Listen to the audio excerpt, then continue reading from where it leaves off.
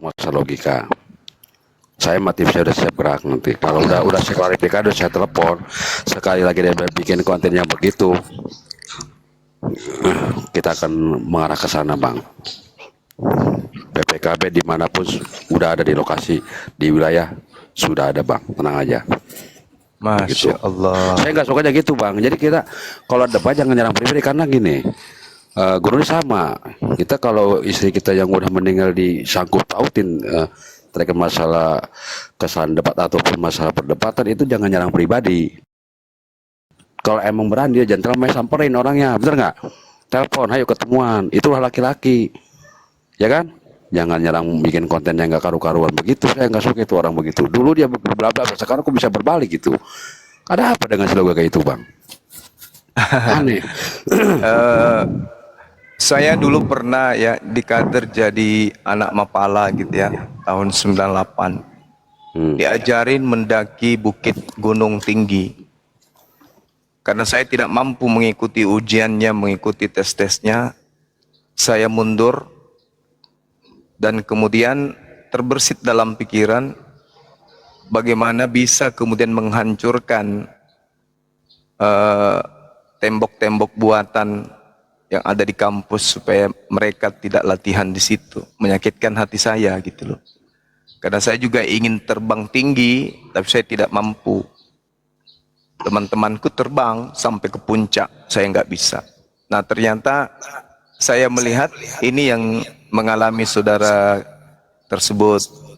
Kecemburuan melihat orang yang sudah tinggi, ingin dijatuhkan tapi tidak sanggup. Sehingga mencoba untuk berpikir singkat untuk mengambil langkah, memfitnah dan seterusnya. Dia menyadari bahwa dia hanyalah seorang parit sawit.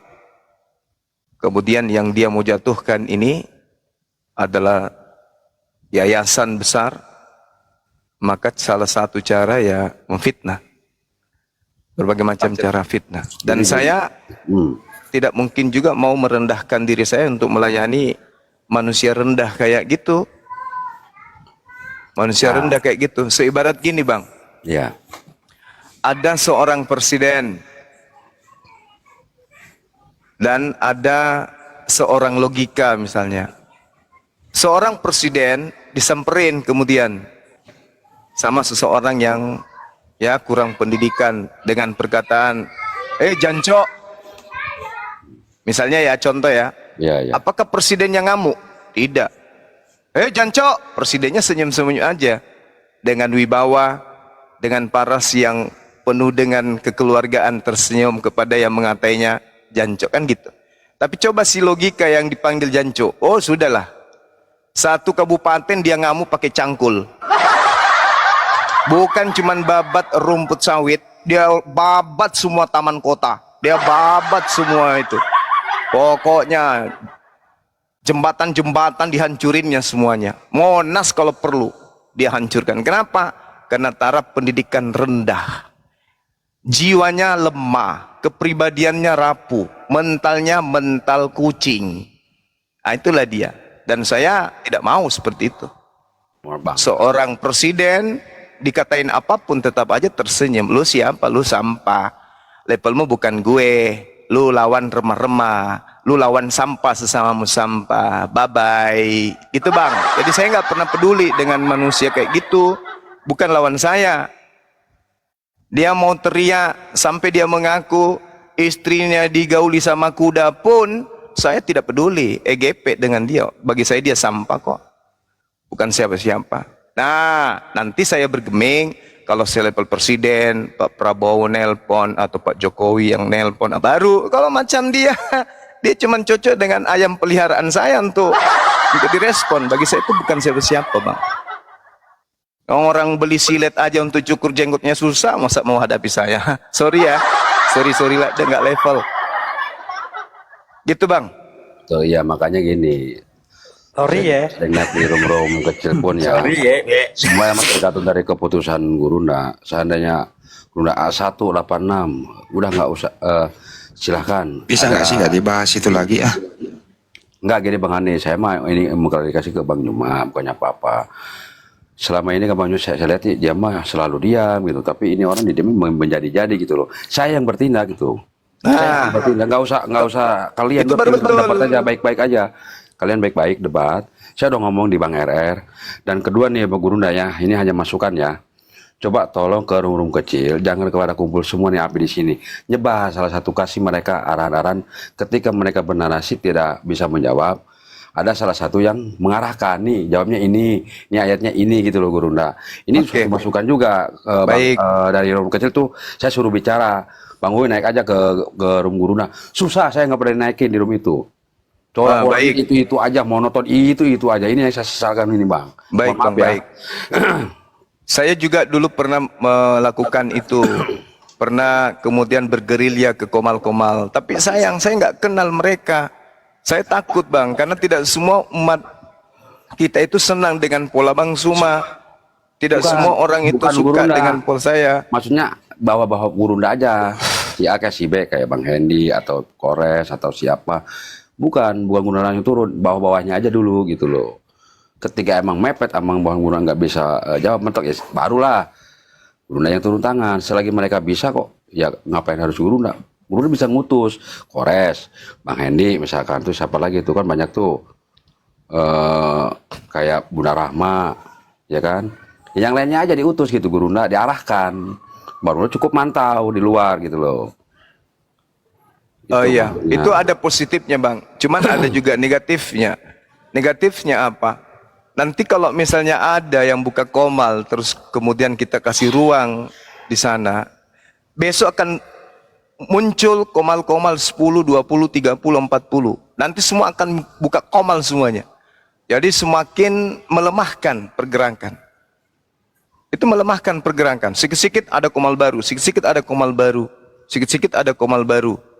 Melemahkan pergerakan. Andaikan apologet kita itu sudah banyak, ya, sudah kita entaskan banyak para apologet, itu tidak masalah.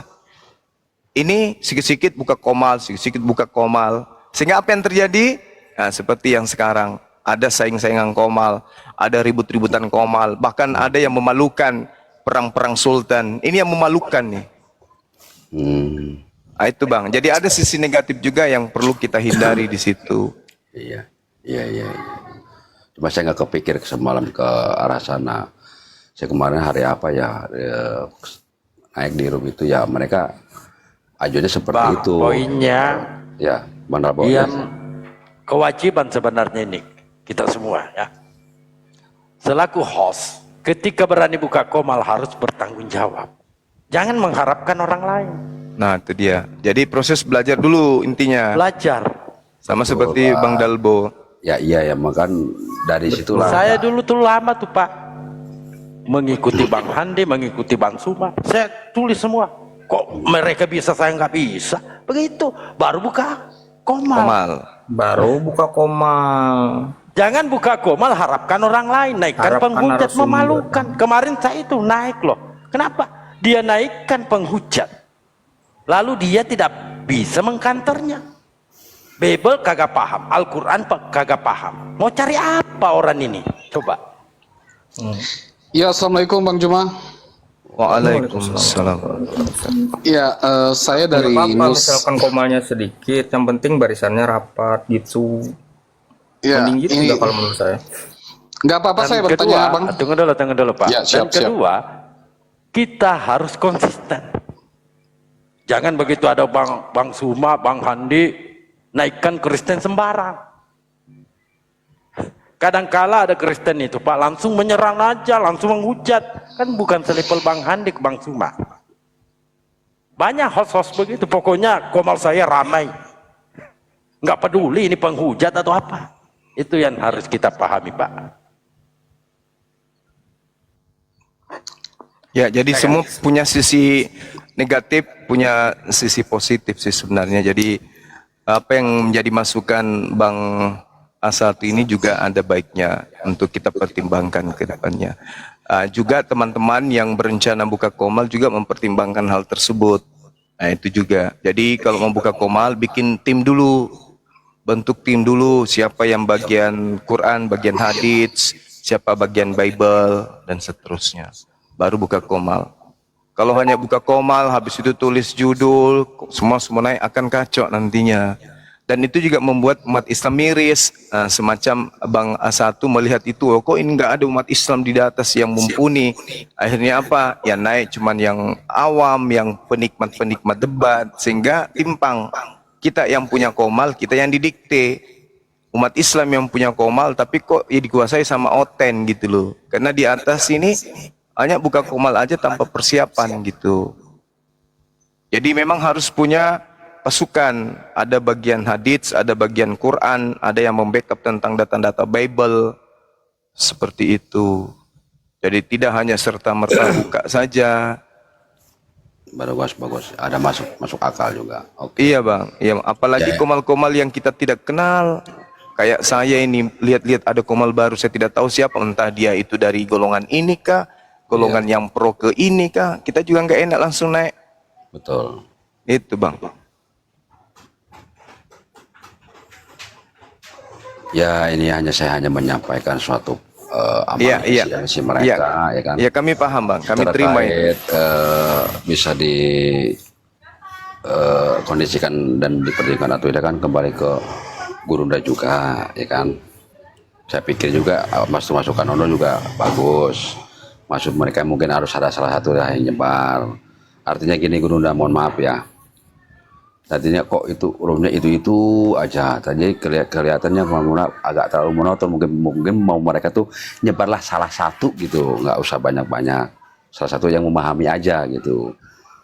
Kalau yang satu nggak mau main semua kan hancur nanti yang ada Gurunda, ya kan? Habis. Iya. Nah itu satu aja Gurunda kirim. Ini si A nih, aduh lagi ini butuh masuk ke sana satu aja Nanti dulu. deh, saya utusannya Bang Suma. Gitu Bang Dalbo. Kadang-kadang gini juga Pak Azatu. Kadang-kadang saya juga ini keliling-keliling di komal-komal itu. Pas saya ngomong juga ditabrak sama kawan yang lain. Kawan-kawan yang lain juga itu kesurupan juga mereka. Aduh kan saya. Kalau Itu makanya mah, kita serba hati-hati. Gini, mohon maaf ya Gurunda, perlu diketahui semuanya. Saya emang jarang naik Gurunda nih. Saya lebih emang cenderung ke hiburan ya. Cuma ketika ada OTN yang muda, saya siapapun kenal nggak kenal saya minta naik, gitu loh. Nah itu yang OTN itu saya suruh turun, suruh ketemu sama saya, suruh DM, suruh ketemu sama saya. Udah saya gitu orangnya. Udah kalian diskusi dengan baik. Ya sudah Bang. Iya. Ya. Kok? Saya pernah naik di Komal Muslim. Muslim itu Pak. Saya dihadapkan dengan penghujat. Setelah saya mengikuti arahnya, Muslim sendiri yang menyerang saya. Karungan aja kayak itu mah karungan habak enggak bebasan kayak Itu yang perlu kita pahami ya Bang. Iya. Ya oke, sudah. Kita kembali ke topik. Terima kasih Gurunda ya, terima kasih doh saya. Dewa Polok. Susah banget saya pengen ngobrol sama Gurunda ini di rumah itu. Susah. Iya bang. Sampai saya kemarin saya minta tuh nomor logika. Udah ada dipegang sama saya. Saya tinggal mantau-mantau aja dulu. Terus ketika dia bikin ini udah saya telepon. Saya pantau, tenang aja udah. Sekarang udah agak syarat, udah agak ngurangin dia, udah agak ngurangin. Ya, cabutin aja giginya ya Bang ya. Saya Cabutin giginya. saya mah orangnya gini Bang, singkat. Udah lu ketemu sama gue sekarang di mana, jangan kayak dulu ada orang tuh mana. Udah nyerlok nih, kita udah telepon, nyampe ke sana diblokir sama saya. Ya tim saya bawa dua mobil. Sudah Pak ya. Gitu. Saya mau naikkan dulu ke resten. Oke, Bang Gurunda makasih ya Gurunda ya. Salam Iya, sehat. baik, Bang baik, Andi, terima Bang kasih. Dalbo, semuanya yuk. Assalamualaikum. Waalaikumsalam. Waalaikumsalam warahmatullahi wabarakatuh. Lanjut. Disambut Ben. Lanjut. Ya, selamat sore Pak Romantik Ray, Pak Gidis. Iya, selamat sore. Assalamualaikum. Waalaikumsalam warahmatullahi wabarakatuh. Salam ya. Kalau Pak Gidis? Ya, bisa saya bertanya dulu? Iya, silakan. Ya, terima kasih atas kesempatan yang diberikan kepada saya. Saya kan kemarin pernah masuk ke komel orang-orang Kristen ya. Saya Muslim. Cuman pada saat itu saya ditanya ada satu pertanyaan yang bikin saya bingung dan nggak bisa jawab. Kan dalam Alkitab mereka itu kan memang Yesus itu mati di salib dan kemudian bangkit lagi kalau tidak salah di hari ketiga ya. Nah kita kan sebagai umat Muslim nggak percaya dengan itu karena yang kita tahu itu adalah Yudas Iskariot. Nah kemudian mereka tanya balik ke saya, kalau memang itu Yudas Iskariot, kenapa mayatnya nggak ada di hari ketiga? Nah itu, kalau memang itu Yudas Iskariot, di mana kuburnya gitu loh? Nah, bisa saya minta pencerahan dari Bang Zuma kira-kira bagaimana saya bisa menjawab ini, Pak? Ya sederhana aja sih. Yudas Iskariot itu kalau dikatakan mana kuburannya, kenapa larinya ke kita nanya? Bukankah kita yang justru bertanya kepada mereka, mana kubur Yudas Iskariot? Yang kedua, mana mayatnya? Di Al-Quran tidak ada cakupan itu. Tapi di dalam Bibelmu itu cakupannya ada. Justru kita yang balik nanya. Kenapa Petrus di dalam Lukas 24 justru bertanya dalam hatinya, apa yang sedang terjadi? Kok katanya guru kami mati? Kok sudah dikubur katanya? Tapi kok tak ada di kuburan? Justru kita yang harus nanya kepada mereka. Mana mayat guru saya? Kan itu poinnya. Terus kemudian Matius 12, tanda-tanda Yunus, tanda-tanda anak manusia, 3 hari 3 malam. Itu simbol apa? Simbol untuk siapa? Siapa aja yang diberikan simbol itu? Ternyata 2. Yang pertama angkatan jahat, yang kedua adalah angkatan tidak setia. Angkatan tidak setia adalah orang yang tadinya penganut Torah meninggalkan Taurat. Angkatan jahat adalah mereka yang tadinya diajarkan menyembah kepada Elohim, memanggil Yesus menjadi Tuhan. Siapa mereka ini? Karisten kan? Maka Karisten yang punya tanggung jawab untuk menjelaskan itu. Intisarinya, kenapa Maria tidak mengenal mantan mayat tersebut? Kenapa Yudas tidak mengenal gurunya tersebut? Kenapa kemudian Yesus menggunakan kain lenan, lalu ada orang yang meloloskan diri melepaskan kain lenan? Itu siapa? Nah, tanggung jawab ini harus diserahkan kepada mereka. Kalau Al-Quran sudah final, Al-Quran surah An-Nisa ayat 157, ayat 158, Nabi Isa diangkat ke langit, selesai permasalahan. Mereka yang berselisih paham, Kisah Para Rasul 25 nomor 19, mereka berselisih paham tentang seseorang yang bernama Yesus. Ada yang mengatakan dia sudah mati, tetapi Paulus mengatakan Yesus masih hidup. Tuh bukti akuratnya. Jadi kita nggak perlu bingung dengan itu, pertanyaan-pertanyaan kayak begitu. Mereka lah yang punya hak jawab, kewajiban jawab kepada materi penyaliban itu sendiri. Seperti itu Bang. Tadi yang bertanya siapa ya? Ini nih Pak Romantik Ray. Oh ya, silakan Bang. Ya, siap. Terima kasih, saya sudah paham. Terima kasih atas pencerahannya, Bang Juma. Saya cuma sekedar pengen tahu itu. Soalnya saya banyak kali ditanyain tentang masalah itu. Jadi nanti akan saya jelaskan ke mereka seperti itu. Nah, Terima kasih, Bang. Oke, terakhir. Nanti ambil di Lukas 24, Bang. Ambil di Lukas 24 nomor 36 sampai nomor 41. Tanya kepada mereka, Yesus minta ikan goreng untuk membuktikan dirinya bangkit dari kematian atau membuktikan dirinya bukan hantu? Itu aja dulu. Oh iya, benar. Iya, siap Bang, siap. Ya. Ya, terima kasih Bang. Makasih, sama-sama. Ya, saya turun Bang ya. Sama-sama Bang. Ya. Halo, assalamualaikum warahmatullahi wabarakatuh. Waalaikumsalam warahmatullahi wabarakatuh. Mohon izin untuk menyapa-nyapa sebentar saja karena Silakan Bang. lama belum menyapa Guru Nuzuma, Ustadz Handi dan yang lain-lain. Untuk untuk memperingatkan teman-teman kita yang mungkin belum berpengalaman dalam hal masalah debat atau mungkin membuat komal sendiri. Jadi untuk peringatan aja. Mungkin saya yang minim dan awam ilmu hanya bisa mendengarkan, hanya bisa menyimak. Tapi untuk kawan-kawan, tolong pelajari dulu hal masalah debat itu seperti apa. Jangan ujuk-ujuk membuat komal, ini itu dan sebagainya, naik terus selagi ada perdebatan seperti ini, itu akan membuat kita justru malah dicuci di sana, ya kan?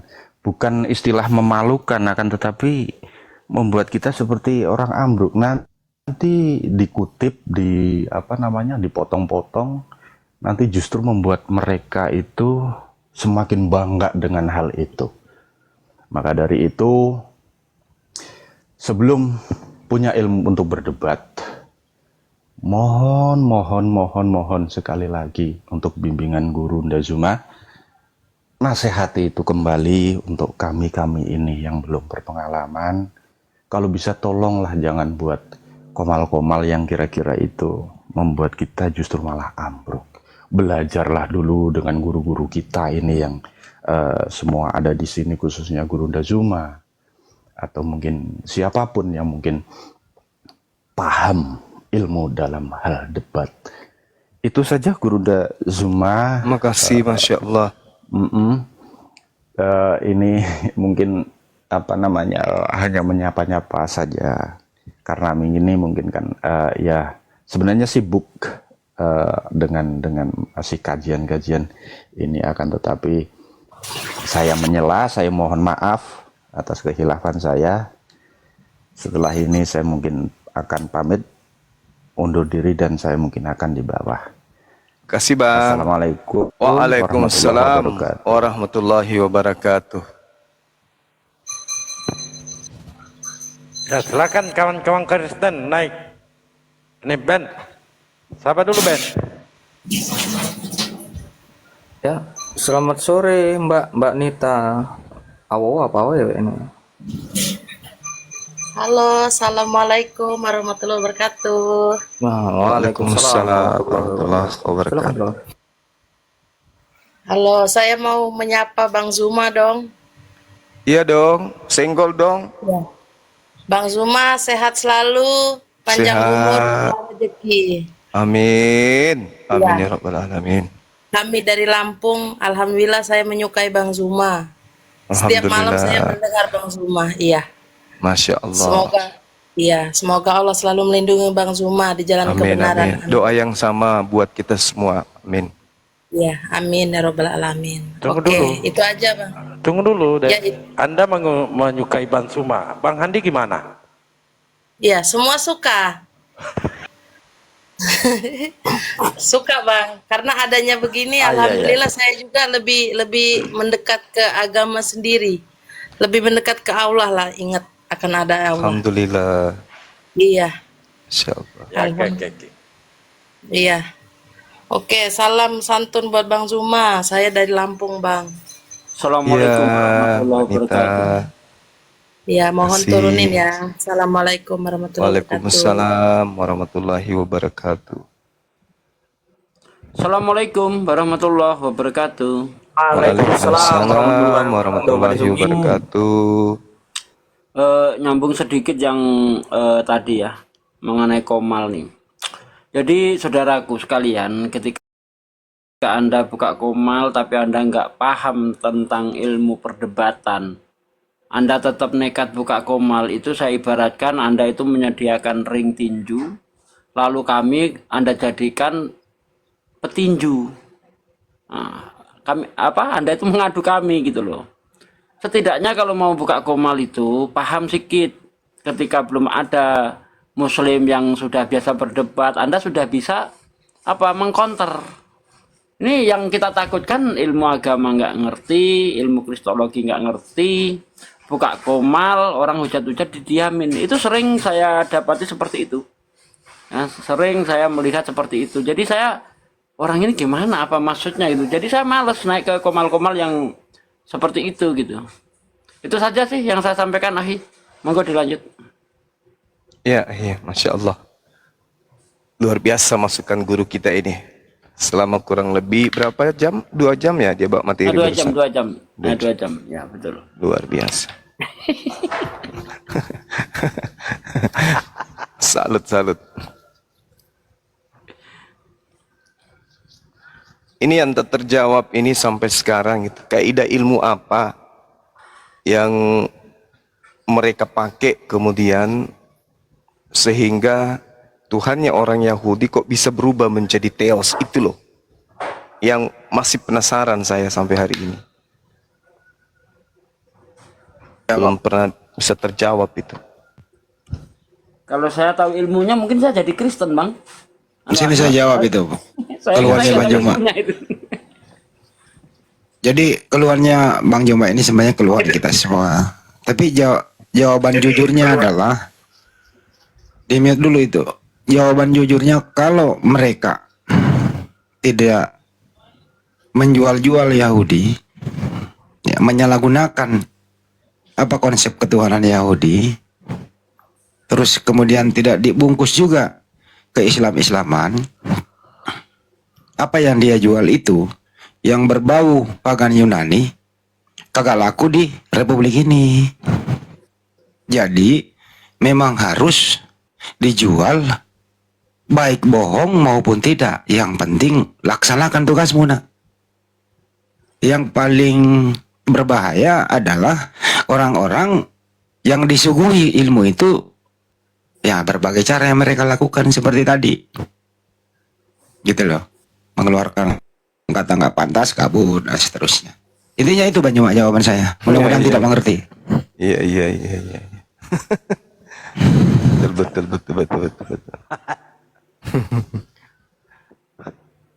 Luar biasa. Ini Buktinya muridnya Bang bosnya Handi datang nih. ke Indonesia kok dijadiin kayak raja apa? Kok ngikutin terus ini muridnya Bang Handi nih. Pas mah kemana aku pergi pasti ikut. Tahu tuh anak ini ekor melulu. Lanjut. Siapa Kepas? Iya. Ya itu Bang Hendy yang mana itu seperti raja? Siapa? Apa? Paus, Franciscus. Ya, nggak tahu lah. Dia kan Paus. orang nomor 1 Katolik dia. Iya. Sekalian kepala negara, wajar lah kan. Oh iya, sorry. Dia sebagai kepala negara dia. Vatikan itu negara paling terkecil di dunia ini. Iya benar. Kepala negara dia. Iya, Jadi disambut sebagai kepala negara gitu, betul. Iya. Jadi harus paham kita penyambutan itu kan. Satu lagi kita lihat juga bagus juga sikap Muslim di Indonesia, nggak ada yang demo, artinya toleransinya tinggi gitu.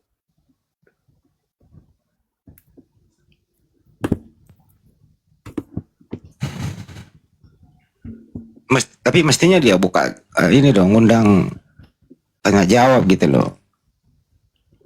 Tanya jawab untuk aku tanya jawab. Ya kan saya titip pertanyaan. Pak Desugi juga nitip pertanyaan kemarin. Bang Juma juga nitip satu. Yang dari berapa Bang Juma? 700 istri Salomo ya? Iya. Ya. Tuh.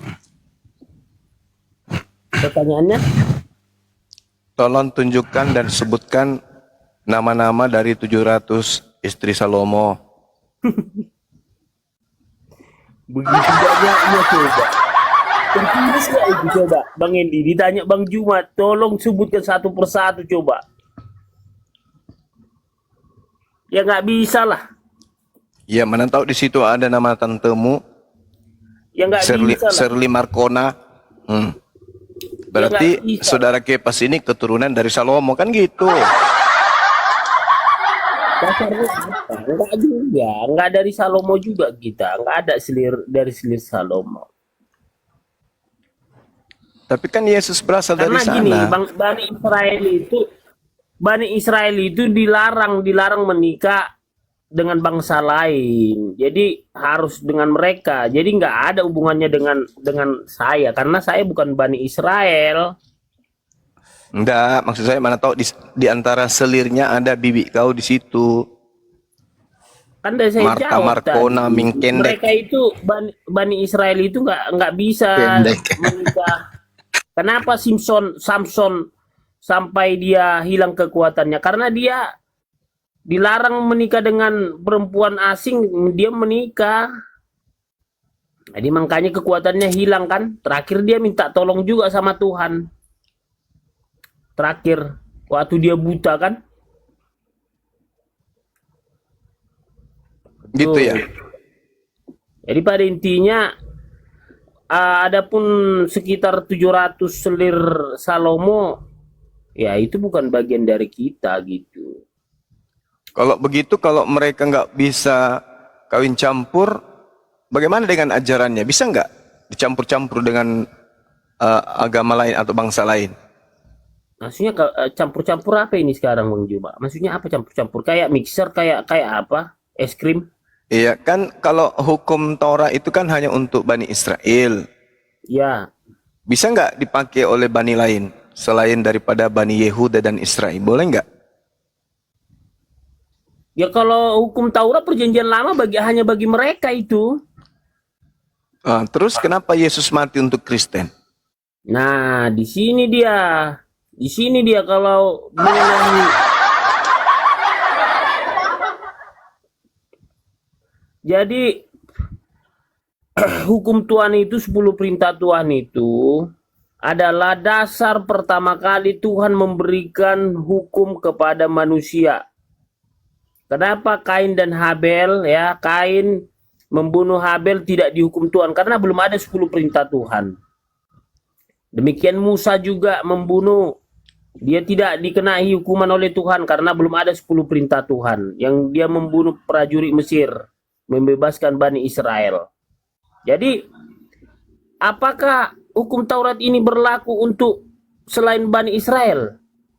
Nah, inilah kita sambut gembira.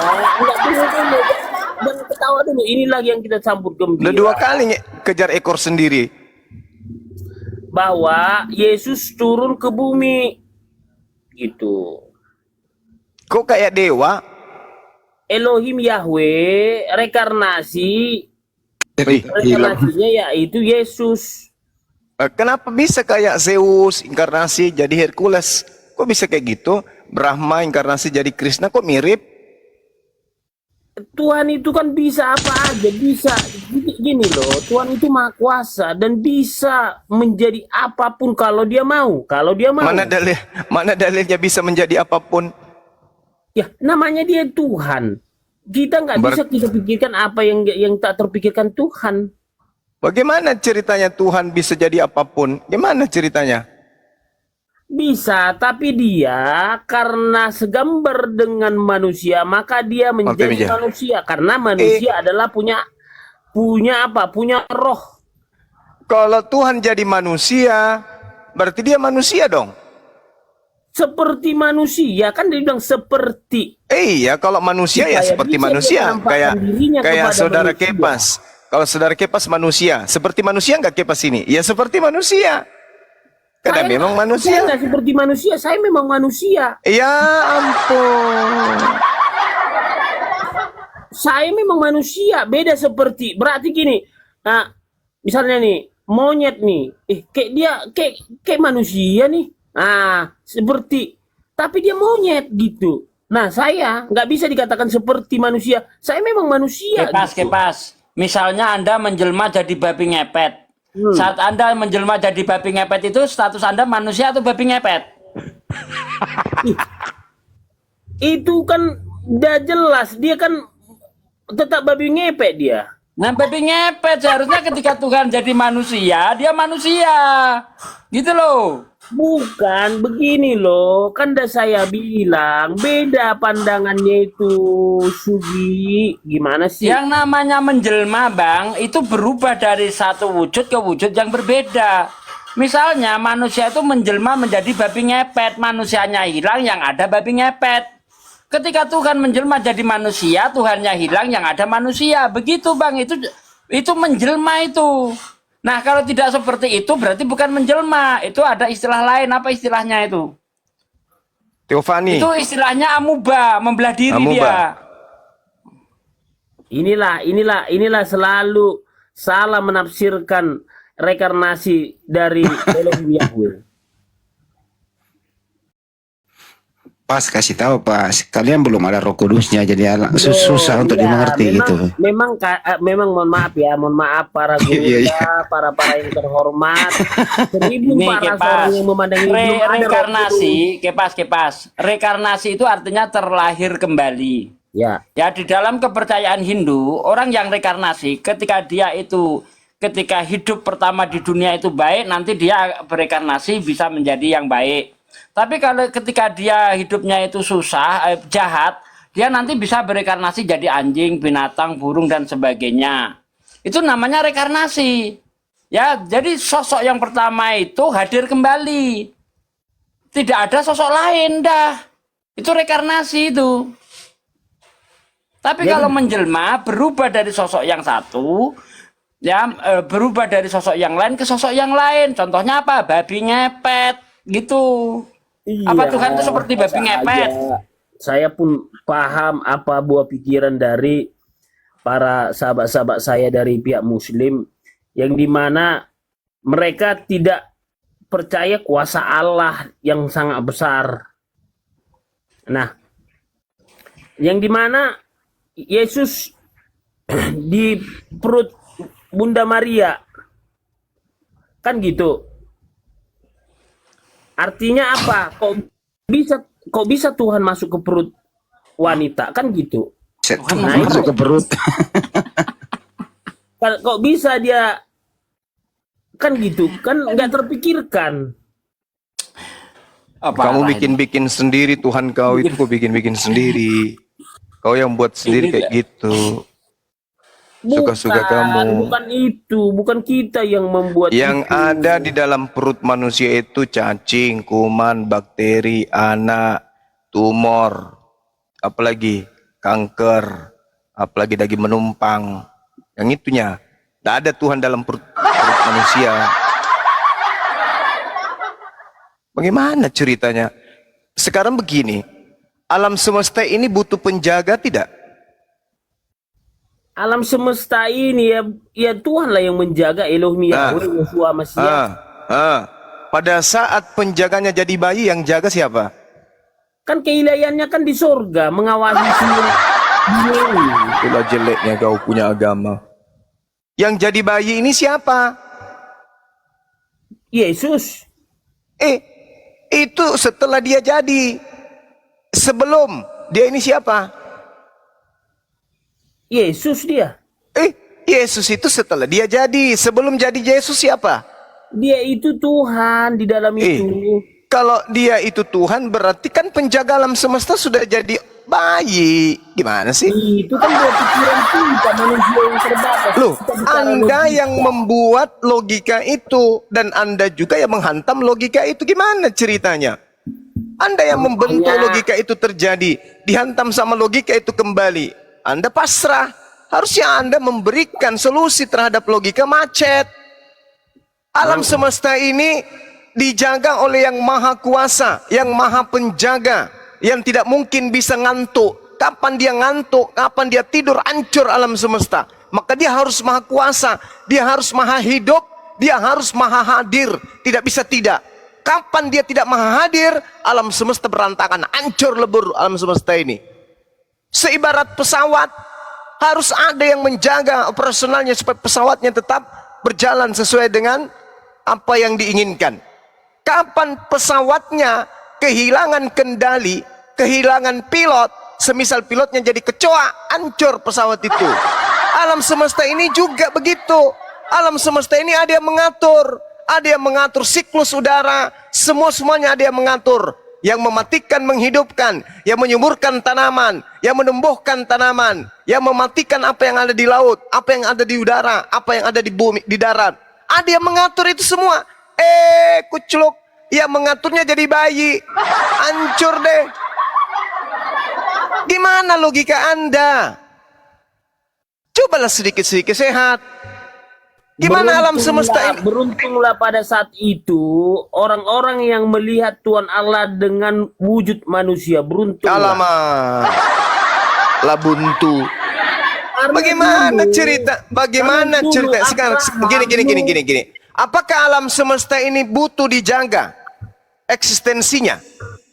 Butuh kan? Dijagalah, ya harus dijagalah. Kalau yang menjaganya ini tertidur, hancur enggak alam semesta ini? Tertidur apa? Yang mana tertidur? Penjaga alam semesta ini tertidur, hancur enggak alam semesta? Mana pernah tertidur? Makanya saya bertanya, kalau penjaga alam semesta ini tertidur, hancur ndak alam semesta? Apa aja? Siapa yang tidur? Yesus di atas bau. Bukan, jangan ke Yesus, terlalu jauh. Yesus itu cuman kuman bagi Tuhan. Yang saya tanya, kalau Tuhan penjaga alam semesta ini tertidur, hancur ndak alam semesta kalau Tuhannya tidur? Yesus itu adalah Roh Kudus. Saya tidak sedang bahas manusia bayi Romawi Yunani itu apa Yahudi itu, enggak. Tuhan yang kubahas. Penjaga alam semesta ini kalau dia tidur, hancur ndak alam semesta? Ya hancur lah. Nah, pintar kan Anda? Kalau begitu, jangankan jadi bayi, tertidur aja Tuhan ndak boleh.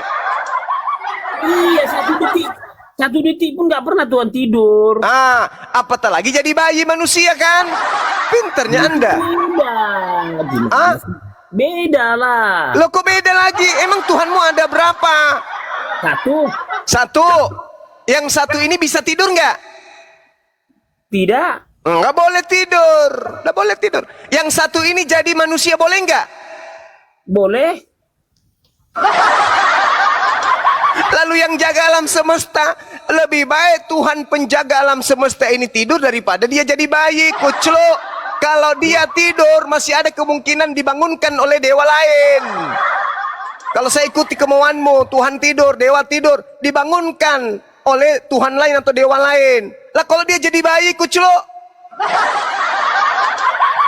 tidur aja nggak boleh, apalagi jadi bayi. Gimana sih ente? Ya udahlah. Ya udahlah. Karena itu Roh Kudus. Nah itu dia. Roh Kudus yang Anda maksud itu roh hantu, roh setan. Benang Roh Kudus. Roh Kudus itu, Saudara Kepas, Saudara Kepas, Roh Kudus itu kan roh Tuhan menurutmu, betul? Iya. Roh Kudus membimbing kepada kebodohan atau membimbing kepada kecerdasan? Kecerdasan. Kecerdasan. Kecerdasan apa yang Anda pakai Tuhan jadi bayi? Kecerdasan. Nah, Anda mengatakan penjaga alam semesta mustahil tidur. Tapi menurut Roh Kudus yang adalah roh yang mengantarkan kepada pengetahuan, ternyata Tuhan boleh jadi bayi. Gimana ceritanya? Ilmu apa yang Anda pakai? Makanya kan saya bilang hadirkan Roh Kudus sebelum kita. Alamak. Roh Kudus ini mengantar manusia jadi cerdas atau menjadi stupid? Pintar lah. Pintar. Apakah pintar kalau ada Tuhan tidak bisa tertidur karena nggak ada yang jaga alam semesta, tapi menjadi bayi bisa? Pintar nggak itu? Keterbatasan kita jangan kita pakai dalam menafsirkan yang seperti ini. Kalau begitu, kenapa Anda ngarang-ngarang? Kenapa Anda mengarang Tuhan yang tak mungkin tidur, tapi mungkin saja bahkan bisa jadi bayi? Kenapa Anda ngarang kayak gitu? Kenapa Anda ngarang sendiri? Kan saya bilang tadi Roh Kudus belum ada sama dia. Ini Roh Kudus mengantarkan orang cerdas atau mengantar menjadi bodoh? Gimana? Coba pengikut-pengikut Kristen coba itu pintar-pintar bisa menemukan ini. Iya, itu untuk memfasilitasi kebutuhan hidup umat Islam. Tuhan kasih kecerdasan dari aspek itu. Karena umat Islam yang cerdas butuh telepon, butuh HP, butuh komputer. Maka mereka diberikan kecerdasan dalam hal itu untuk melengkapi keberlangsungan hidup umat Islam. Gitu. Tapi ketika orang-orang yang dipakai Tuhan untuk membuat alat-alat yang dibutuhkan umat Islam ini berbicara mengenai Tuhan, seketika mereka menjadi manusia-manusia palsu tak berotak. Nah itu, kau ditelepon sama Paus, jangan kau hadapi Bang Suma, saya aja Paus Vatikan tak sanggup.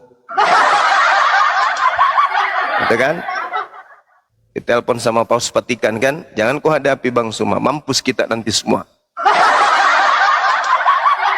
Nah. Saya stop lari dia, saya selalu menggunakan analogi babi ngepet. Ya misalnya Kepas jadi babi ngepet, itu harus ada yang menjaga lilin. Kalau sampai yang menjaga lilin itu tertidur, kepas bisa celaka, kepas. Ini baru jadi babi ngepet itu lilinnya harus ada yang jaga, kepas. Bagaimana mungkin Tuhan itu tertidur, hancur dunia. Sedangkan babi ngepet aja harus ada yang jaga lilin, kepas.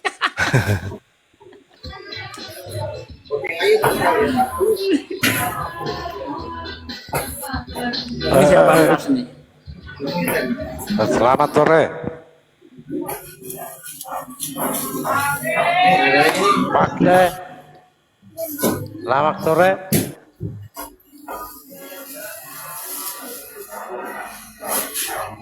Nah.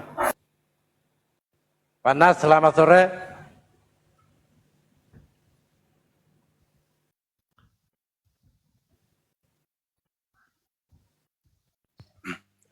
Halo, Pak Panas. Banyuma itu udah jelasin dulu. Sebenarnya mereka ini Roh Kudus siapa sih menurut mereka ini? Emang ada Roh Kudus di Bible gitu? Gak ada. Yang ada itu cuman roh suci atau roh hantu atau roh murni, hagios. Pneuma hagios. Pneuma itu pun hantu kan? Pneuma itu artinya hantu atau tuyul. Iya, serius saya.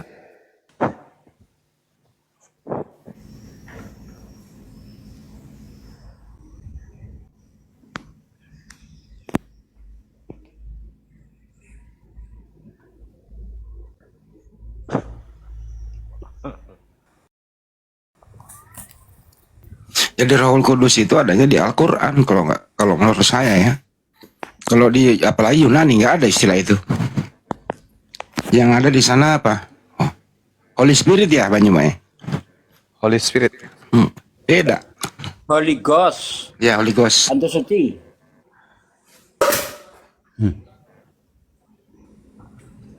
Selamat sore Pak Ade. Selamat sore. Islam Kristen? Islam. Ada yang mau disampaikan? Silakan. Ya kalau mati dia 3 hari, siapa menjaga dunia? Kan mati dia. Belum lagi tidur. Mati dia, karena mati dia. Apa sih? Siapa lagi menjaga dunia ini? Iya, kalau dia mati siapa jaga lilin gitu, Bang? Iya. Kan mati dia. Coba. Kan gitu. Nanti Pak, saya tanya bom-bom.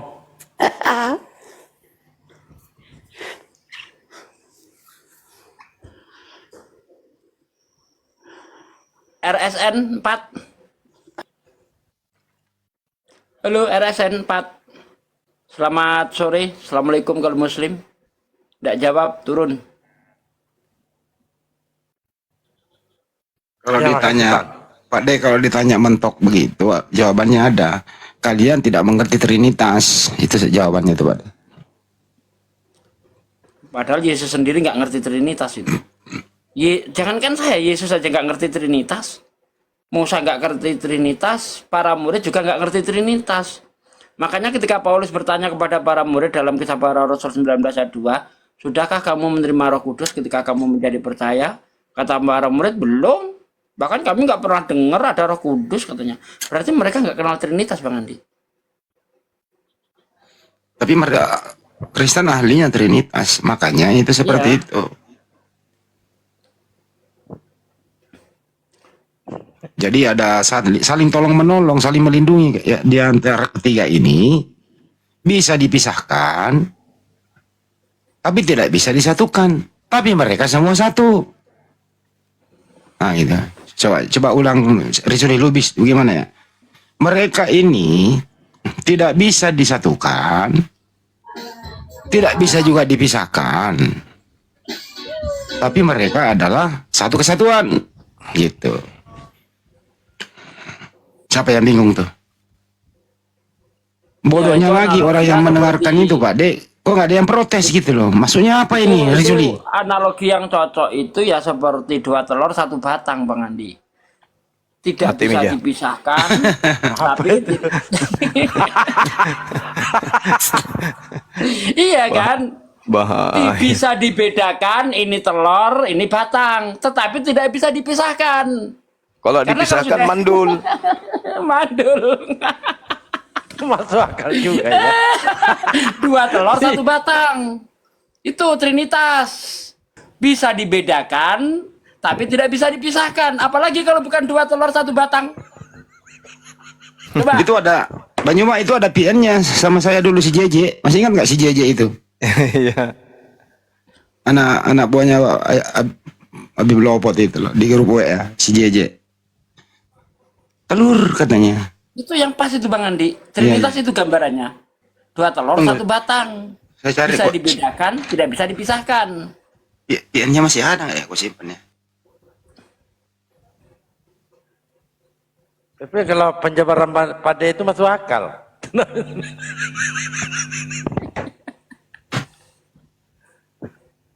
Apa mungkin Tuhan kayak gitu 2 telur 1 batang? Ya kan bisa dibedakan, tidak bisa dipisahkan. Nah Tidak iya bisa betul kan? berpisah. Ini Betul. batang, ini telur, oke bisa dibedakan. Coba pisahkan, nggak bisa. Itu 2 telur 1 batang. Allahu Akbar. Parah. Saya nggak punya gambaran lain, nggak ada gambaran lain selain itu, nggak bisa. Iya. Ya kan? Batang bukan telur, telur bukan batang. Ya tapi ketiganya adalah kelamin. Betul enggak? Betul. Nah iya, telur bukan batang, batang bukan Trinitas kan bapak bukan roh, roh bukan anak, anak bukan bapak. Tapi ketiganya adalah Tuhan. Telur bukan batang, batang bukan telur, tapi ketiganya adalah kelamin. Bisa dibedakan, tidak bisa dipisahkan. Pas. Halo. Halo. Ya, ini bahas telurnya Bapak apa bagaimana nih? Ya, telurnya Yesus juga nggak apa-apa, Bang. Oh, tapi kan Ini analogi Trinitas itu seperti apa? Coba bisa bisa dibedakan, tetapi tidak bisa dipisahkan. Itu gambarannya seperti apa, Bang? Roda beca, nggak bisa roda beca. Yang saya dengar tadi kan telur. Ini bahas telurnya Bapak atau telurnya siapa ini? Telur Yesus. Yesus kan bagian dari Trinitas, Bang. Telur Yesus. Mbak, Bagian yang dari saya Trinitas dia. Yang saya masukkan di sini, pas saya masuk di live ini kan saya dengar bahas telur. Nah. Ini bahas telurnya host atau telurnya Suma ini atau Bapak yang bicara ini? Udah saya jawab telurnya Yesus. Ah, masih nanya juga. Kan nggak ada di sini Yesusnya, Bos. Enggak ada di sini, tapi yang kita bahas adalah Trinitas berkaitan dengan Yesus. Maka yang cocok adalah yang jadi gambaran adalah telurnya Yesus sama batangnya Yesus. Saya tadi pas masuknya dengarnya telur-telur, makanya saya pikir lagi. Iya, nggak perlu kemana-mana Pak. Langsung aja ke temanya Dewa Molok. Apa itu Dewa Molo, saya juga nggak ngerti, Bos. Nah, silakan Dengarkan, disampaikan oleh Bang Suma. Dewa ada Molok sangga. itu dewa yang senantiasa kepadanya dipersembahkan darah manusia. Di situ diterangkan di dalam Imamat 18. Nah, Kristen ini kan keciduk mempersembahkan darah manusia di atas pohon. Kepada siapa lagi dipersembahkan? Sementara Elohim, Tuhan yang menyatakan diri kepada nabi-nabi Yahudi itu tidak minta darah manusia. Nah, berarti Yesus yang ditumpahkan darahnya di atas salib itu dipersembahkan darahnya kepada siapa? Hanya ada satu kandidat, yaitu Dewa Molok. Gitu. Telurnya siapa tuh yang ngomong tadi? Sudah, telurnya sudah matang. Itu dibantah sanggahannya. Telurnya Bang Dewa Suma. Molok. Ini ngomong apa ini? Loh, Elohim tidak menginginkan persembahan darah. Bos, saya nggak tahu. Tuhannya Yahudi. Sedangkan saya bukan orang Yahudi, Anda paham nggak? Yesus orang Yahudi, gimana dong? Saya nggak paham itu. Oh, ya udah kamu ke gereja aja kalau gitu. Tuhannya Yahudi minta persembahan kurban. Dengar dulu Bang, telur Bang, Tapi apa itu namanya tadi Kristen kemarin? mempersembahkan darah manusia di atas pohon. Pertanyaannya berdasarkan Ibrani 9:28, darah Yesus itu dipersembahkan kepada siapa gitu loh.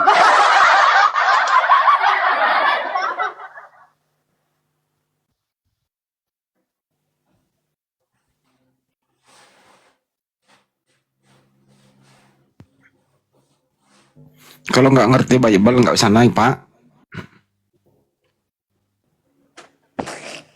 Dia tertarik bahas telur. Ini gara-gara pandai sugi. Ini dong kalau begitu. Saya nggak ngerti beber ya harus naik dong biar tahu. Ya udah kalau ngerti itu Dewa Molok itu siapa Sayang Dewa dong Molok? kalau begitu ya ketinggalan terus kita yang tidak tahu beber. Ya kalau udah Dewa begitu. Molok itu siapa? Silakan Dewa Molok siapa? Iya, kalau Dewa Molok itu hanya Bang Juma yang bisa menjelaskan itu. Karena Bang Juma yang tahu siapa Dewa Molok itu. Dewa Molok itu sama seperti bintang timur, sama-sama dewa. Jadi pemujaan yang terjadi kepada Dewa Molok itu adalah sesembahan bangsa Amon atau Milkom. Oh, itu Kalau- sudah jelas itu Andi. Itu sesembahan kepada siapa tadi? Ya, orang Amon. Orang Amon. Ah, itu baru namanya Dewa Molok. Ya, tapi orang anak manusia kepada Molok atau Molek, ya. Dan keciduk orang Kristen ini, kemudian mempersembahkan keyakinan mereka dengan kepercayaan anak Maria sebagai korban di atas salib, darahnya, dagingnya. Itu prosesi persembahan kepada Dewa Molok. Karena kalau persembahan kepada Tuhan itu nggak ada kayak gitu. Berdasarkan Imamat 1 nomor 2, Di mana Pak Juma mendapatkan itu orang mempersembahkan tuannya kepada Dewa Molok? Ajaran dari mana Bang Juma dapat itu? Imamat 18 kan jelaskan di sana. Nggak ada di situ dikatakan bahwa mereka mempersembahkan tuannya kepada Dewa Molok. Mana ada seperti Lalu itu? kepada siapa Yesus dipersembahkan? Tidak ada seorang pun yang mempersembahkan dia, hanya dia sendirilah yang mengorbankan dirinya. Ibrani 9 nomor 28. Dia yang mengorbankan dia, tetapi dia sendirilah yang mengorbankan dirinya. Ibrani 9:28. Prospero Yang namanya kita dipersembahkan. mengorbankan, artinya kita yang melakukan korban itu, kita yang berkorban. Bukan Yohanes seperti 11:53. Mulai hari itu mereka sepakat mengorbankan Yesus. Enggak begitu, Matius 27 nomor 18. Pilatus tahu bahwa mereka mengorbankan Yesus karena dengki. kan sudah dijelaskan dalam Pertanyaannya, kitab suci bahwa karena Yesus begitu besar dipersembahkan. kasih Allah adakan Yesus sehingga dikorbankan untuk siapa? Itu pertanyaannya. Yesus dikorbankan untuk siapa? Yesus dipersembahkan untuk siapa? tidak ada orang yang mempersembahkan Yesus. Yesus Ibrani sendiri yang mempersembahkan 9:28, Yohanes 11:53, Lukas, Matius 27 nomor 18. Yesus dipersembahkan. Yesus. Kau ini kok bro, bocah kau bantah saja, baca dulu Bible-mu itu, baru kau bantah. Bang Juma pakai data, kamu pakai congor doang, gimana kamu ini? Data dari mana dia? Tidak ada datanya itu bahwa orang mempersembahkan manusia. Yohanes kepada 11:53 tadi itu loh. Ya. Ibrani 9:28. Demikian pula Yesus hanya satu kali saja dipersembahkan untuk menanggung dosa banyak orang. Dipersembahkan kepada siapa? bukan manusia yang mempersembahkan dia, tetapi dia sendirilah yang mempersembahkan dirinya. Anda untuk baca banyak di Matius orang. 27:18, mereka mempersembahkan Yesus karena dengki. Iya, kalau dikatakan di situ bahwa mereka mempersembahkan Yesus karena dengki, ya itu bukan karena dia mempersembahkan, tapi karena bencinya dia, makanya dia berbuat itu. Itu bukan persembahan namanya, itu karena gara-gara bencinya dia. Sekarang Anda muncul Kristen, itu kan orang Yahudi mempersembahkan karena benci. Oke? Iya. Betul? Nah, sekarang orang Kristen panen dari kebencian itu dengan mengatakan dengan matinya Yesus di atas tiang salib, dia telah membatalkan dosa-dosa, menggugurkan dosa-dosa dengan darahnya.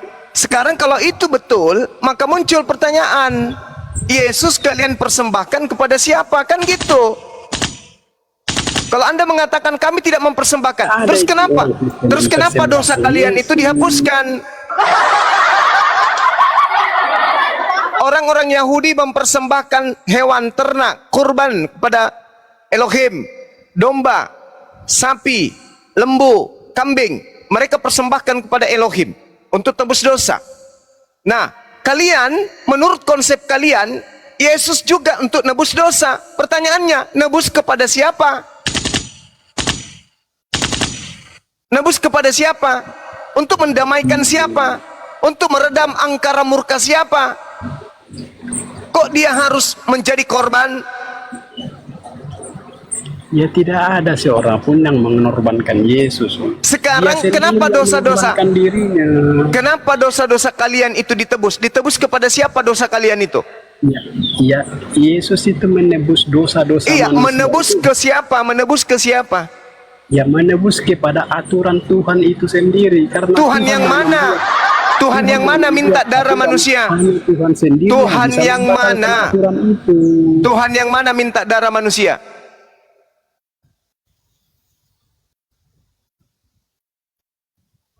Mana dalilnya Tuhan minta darah manusia? Tidak ada itu ayatnya Tuhan minta darah manusia. Kalau Siapa yang bisa begitu, mengatakan? kalau bukan Tuhan yang minta darah manusia, lalu siapa? Kandidatnya cuma satu, yaitu Molok. Tidak, Anda menjawab sendiri. Tidak ada itu Tuhan meminta darah manusia. Ketahuan. Kalau begitu Anda sudah menjawab, berarti Anda mempersembahkan darah Yesus kepada Dewa Molok. Dah selesai.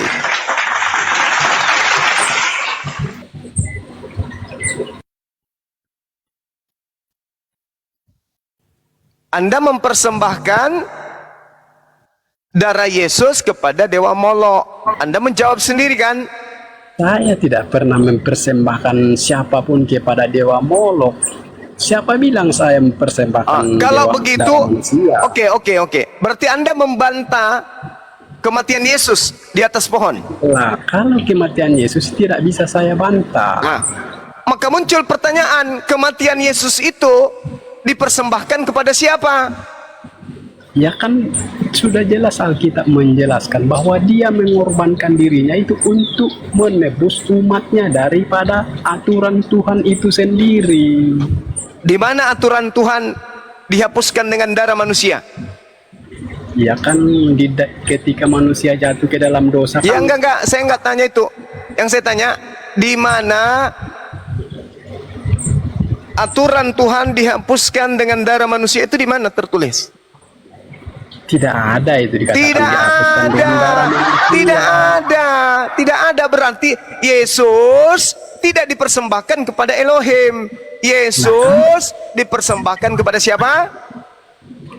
Tidak ada seorang pun kepada Dewa Molok. Yesus sendirilah yang mempersembahkan dirinya untuk menebus manusia dari kutuk hukumnya Tuhan sendiri. Di mana kemudian, di mana Tuhan melepaskan kutuknya dengan darah manusia? Di mana tertulis? kalau dikatakan melepas kutuknya dengan darah manusia, tidak ada. Tidak Tetapi di ada. dalam Alkitab kan sudah Tidak ada. dijelas Dengarkan bahwa teman-teman. manusia itu Dengar ketika teman-teman. manusia Menurut sudah jatuh dia ke dalam sendiri dosa, tidak pada saat itu ada. Tuhan melepaskan kutuknya daripada dosa itu. Tidak ada kata dia. Sekarang Yesus itu ditumpahkan darahnya sebagai korban atau tidak? Ya jelas, kan sudah jelas. Alkitab Jelas. menyatakan bahwa Tuhan Anda karena katakan begitu tidak besar minta kasih darah Allah manusia. akan dunia ini, sehingga Dia Anda sendiri mengorbankan mengatakan anaknya Tuhan yang tidak tunggal. minta darah manusia. Sekarang darah Yesus ditumpahkan kepada siapa? Ya, Yesus itu menumpahkan darahnya untuk aturan Tuhan sendiri. Di mana aturan Tuhan minta darah manusia? Anda mengatakan tidak ada. Berarti kepada siapa darah Yesus ditumpahkan? Hanya satu kandidat. Mama. Hanya dewa Molok berarti. Jangan terlalu menjadi pengajar sesat Bang Juma. Jangan. Sekarang begini, coba kamu baca di dalam Amsal 6 nomor 16. Coba baca. Baca. Bacakan aja Bang Juma. Oke, saya bacakan. 6 perkara yang dibenci oleh Tuhan. Bahkan 7 perkara yang menjadi kekejian di dalam hatinya. Nomor 17-nya. Apa itu? Mata yang sombong, lidah dusta, lalu tangan yang menumpahkan darah orang yang tidak bersalah. Jedor. Ya, benar itu.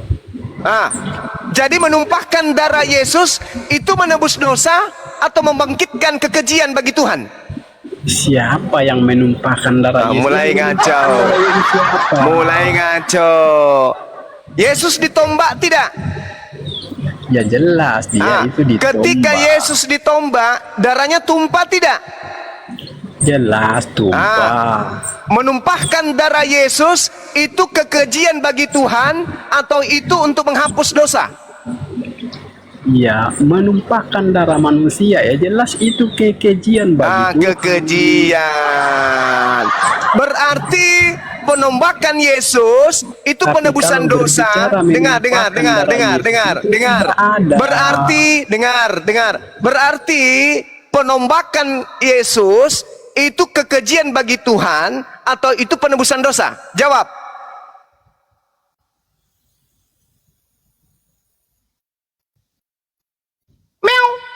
Cara Yesus itu bukan kekejian karena sebelum dia ditombakkan dia sudah dinubuatkan di dalam Yesaya 53 bahwa dia akan ditombak, akan dianiaya, akan diolok-olok. Tuhan sendiri sudah menubuatkan seperti itu Bang Juma. Saya ulang.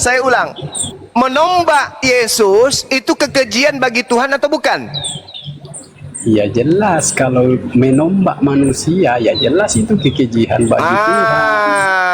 Pintar. Tetapi kalau tentang Yesus itu tidak, karena dia sudah dinubuatkan, Tuhan sendiri sudah merencanakan itu. Allahu Akbar, Masya Allah.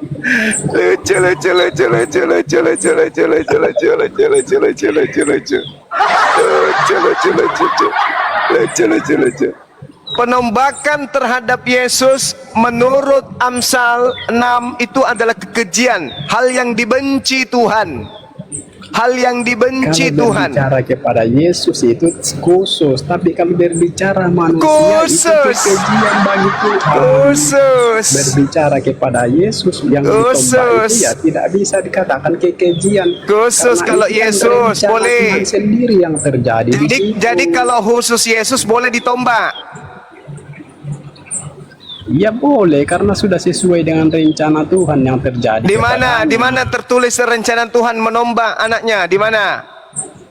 Ya di dalam Yesaya 53 itu kan sudah jelas bahwa dia akan ditombak, akan ditikam, akan diolok, akan dianiaya. Itu sudah jelas sekali itu. Itu firman Tuhan atau bukan? Ya itu kan firman Tuhan. Oke, firman Tuhan. Baik, kita uji kebenarannya tipuanmu ya. Kita lihat di dalam Loh, bukan tipuan saya. itu tipuan, itu tipuan Anda, itu tipuan Anda mencoba dengar. Anda mencoba sebelum kejadian itu terjadi. Anda mencoba menipu manusia dengan mengais-ngais kitabnya Yahudi, mengatakan itu adalah khusus untuk Yesus. Alkitab. Mari kita lihat pembantaian bantahan Yesus. Mari kita lihat bantahan Yesus, boleh? Boleh kita lihat bantahan Yesus terhadap kegilaan Karisteng menganggap Yesaya 53 itu adalah nubuat untuk penombakan Yesus. Boleh?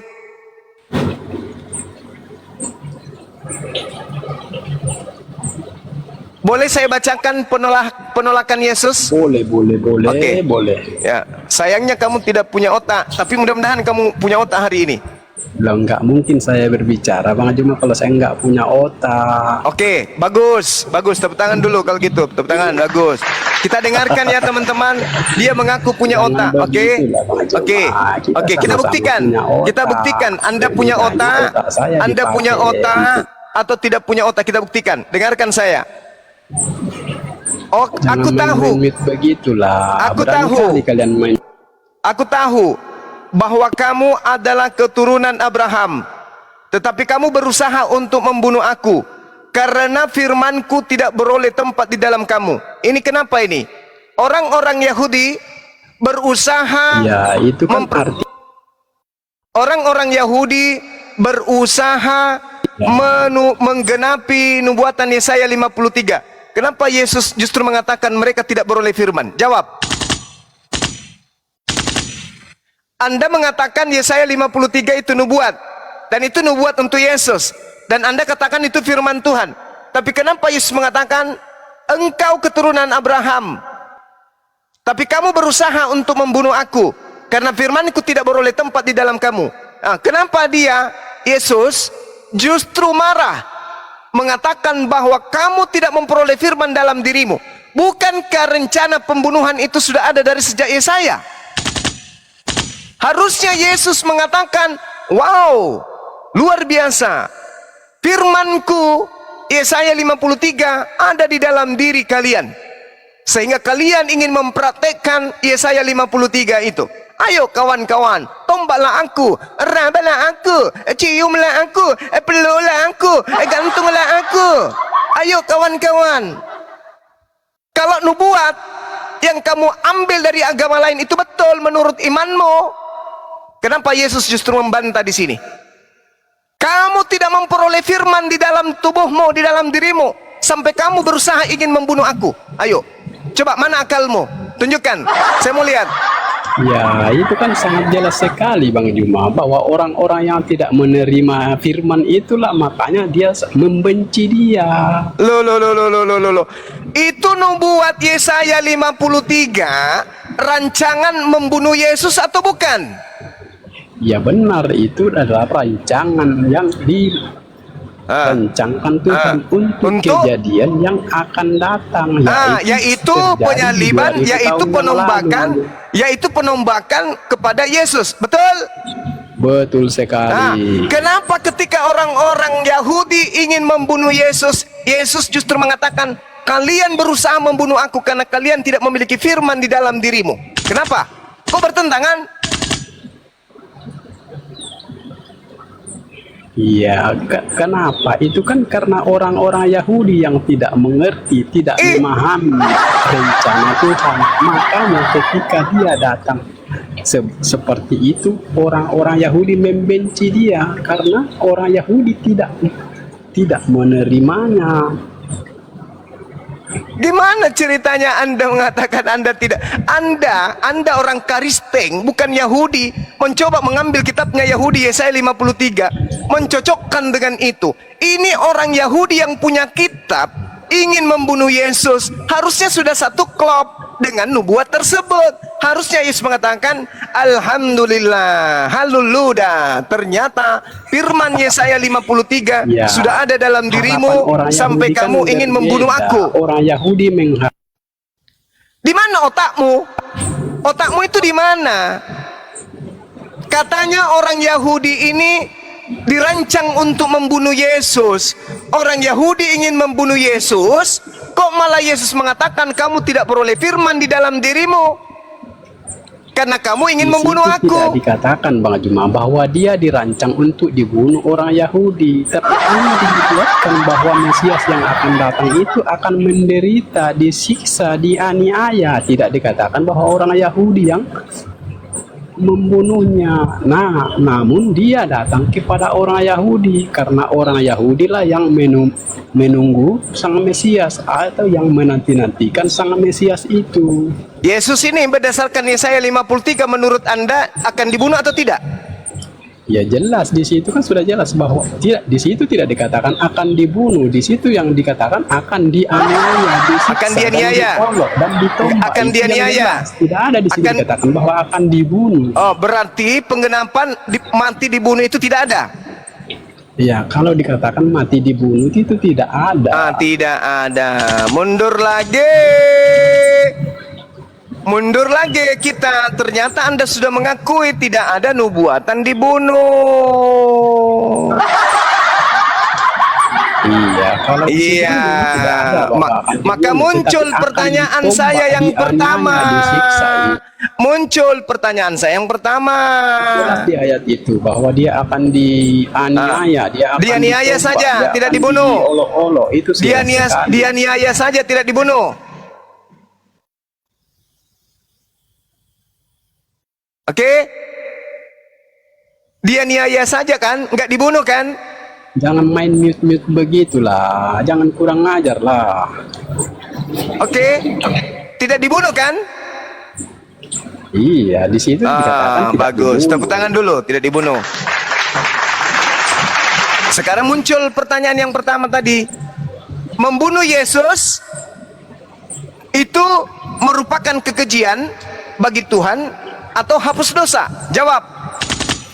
Ya kan sudah jelas tadi di dalam imamat di mana tadi yang katakan bahwa membunuh manusia itu adalah kekejian bagi Tuhan. Kekejian. Amsal itu Amsal. Bicara Yesus itu ya memang dia itu sudah datang sebagai korban memberikan darahnya untuk menjadi korban penebus manusia. Dibunuh atau tidak?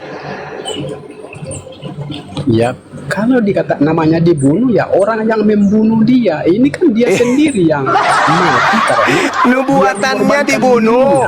Nubuatannya dibunuh atau tidak? Nubuatannya tidak ada dikatakan dibunuh. Dibunuh berarti tidak dibunuh kan? Cuman dianiaya kan? Iya, dianiaya, dianiaya saja. Oke. Kalau sampai kepada pembunuhan itu sudah keluar dari nubuat, betul? Iya, memang di situ tidak ada dikatakan dibunuh. Bagus. Berarti membunuhnya dosa bukan? Ya, kalau berbicara Yesus itu kan memang dia berbicara dia sebagai korban. Iya. Tapi sebelumnya kan mutar lagi. Bahwa dia akan mutar lagi. Iya. Dia dianiaya. Itu bukan berarti dibunuh kan? Dia menanggung banyak dosa manusia. Itu sampai kepada pembunuhan kagak? Ya, di situ tidak ada dikatakan bahwa dia dibunuh. Dia dinubuatkan dibunuh atau tidak? Disiksa, hanya itu yang tertulis di situ. Berarti pembunuhan tidak sampai kepada nubuat, betul? Ya, kalau pembunuhan itu kan memang tidak ada dinubuatkan bahwa tidak ada. Berarti pembunuhan terhadap Yesus itu dosa atau nebus dosa? Iya, kalau dia dibunuh itu kan artinya dia bukan mengorbankan dirinya, tetapi manusia yang mengorbankan. Ini kan dia sendiri yang menyerahkan dirinya. Sebagaimana ketika dia disalibkan. Udah monyet, kau turun jeng, kau turun. Kau turun, asu turun, babi kampret, asu babi turun, monyet. Gak Anda bisa orang waras kau bodohi dengan polamu kayak gitu. Suruh Paus ke sini. Biar ku kasih mulutnya sapu lidi. Supaya dia ajarin kalian jadi waras. Bikin emosi aja udah sabar-sabar. Kita bertanya baik-baik. Udah kita atur bagaimana caranya supaya waras, malah mengajak gila. Memang di situ tak ada dikatakan membunuh dirinya. Di situ memang cuma dianiaya saja. Kalau ngomong sama anjing masih mending, ini manusia katanya, tapi kok kayak anjing diajak bicara. Ada nggak nubuatannya dia dibunuh? Nggak, memang nggak ada di situ dibunuh. Nah, membunuh Yesus itu